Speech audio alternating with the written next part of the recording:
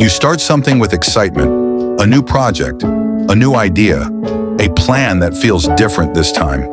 For the first few days, your mind is alive with possibilities. You imagine the outcome. You picture the finished version of yourself. But then something strange happens. Halfway through, the energy disappears. The same project that once felt exciting now feels heavy. You avoid it. You delay it. You tell yourself you'll return tomorrow. But tomorrow keeps moving. And the confusing part is this. You didn't stop caring. So why does your brain lose motivation right in the middle? Exactly when things start getting real. 2. Problem deep dive. At the beginning of a project, everything feels light. You brainstorm, you research, you imagine possibilities. Your mind moves quickly because nothing has been tested yet. There are no mistakes, no pressure, no visible flaws, just potential. But eventually the project reaches a different phase. The phase where imagination ends and reality begins. You start writing the real draft, building the real version, making real decisions, and suddenly your brain slows down. You open the file and stare at the screen. You think about working on it, but instead check your phone. You promise yourself you'll do it later. Days pass. Then something uncomfortable appears inside your mind. Self-talk. Maybe this idea isn't that good. Maybe someone else has done it better. Maybe you're not capable of finishing it properly. This is the moment many people call procrastination. But psychologically, something deeper is happening.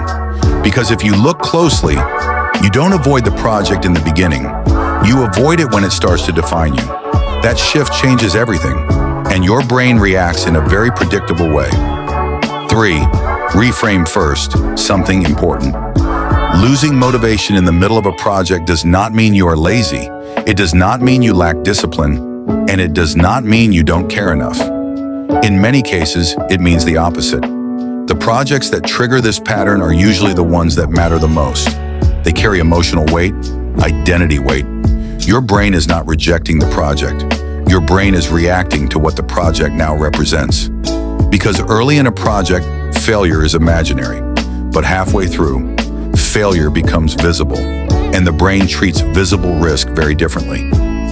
4. Psychological mechanism.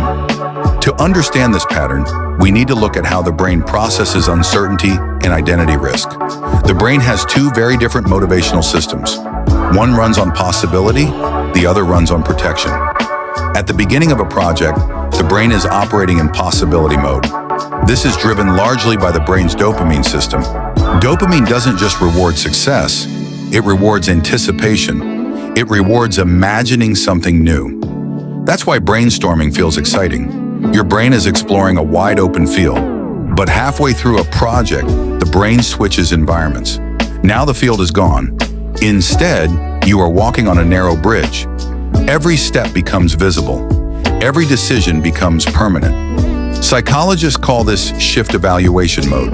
And evaluation mode activates a different network in the brain, one connected to threat detection and self-monitoring. In simple terms, your brain starts asking a new question.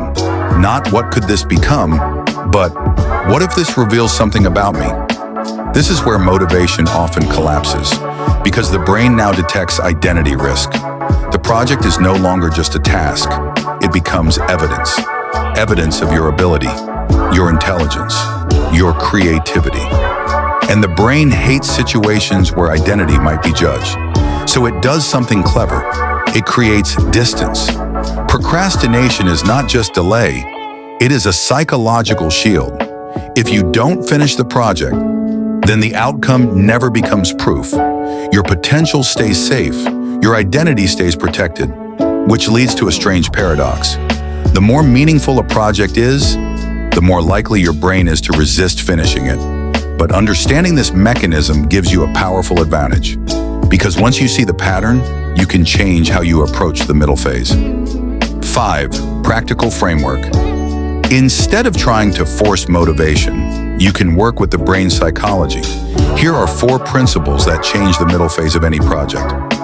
1. Shrink the identity pressure. What to do? Stop thinking about the project as a final product. Instead, treat the next step as an experiment. Why it works. When the brain believes something is an experiment, it lowers evaluation pressure. Experiments are allowed to fail. This reduces activity in the brain's threat monitoring networks and restores curiosity. Real-life example. Instead of saying, "I need to write a great chapter today," say, "I'm testing 3 different ways to start this chapter." The brain stops protecting identity and starts exploring again. 2. Separate creation from judgment. What to do? Create first. Evaluate later. Never do both in the same session. Why it works. The brain cannot generate ideas while simultaneously judging them. Creative thinking uses more associative networks. Judgment activates the prefrontal control systems. Running both systems together creates mental friction. Real-life example. If you're writing, spend 30 minutes writing badly on purpose. No editing, no correction, just raw output. Judgment can return later. 3. Make the middle visible. What to do? Track progress visually. Use checklists, progress bars, or visible milestones. Why it works. The brain needs evidence of movement to sustain dopamine. Without visible progress, effort feels endless. But when progress is seen, the brain releases motivation again.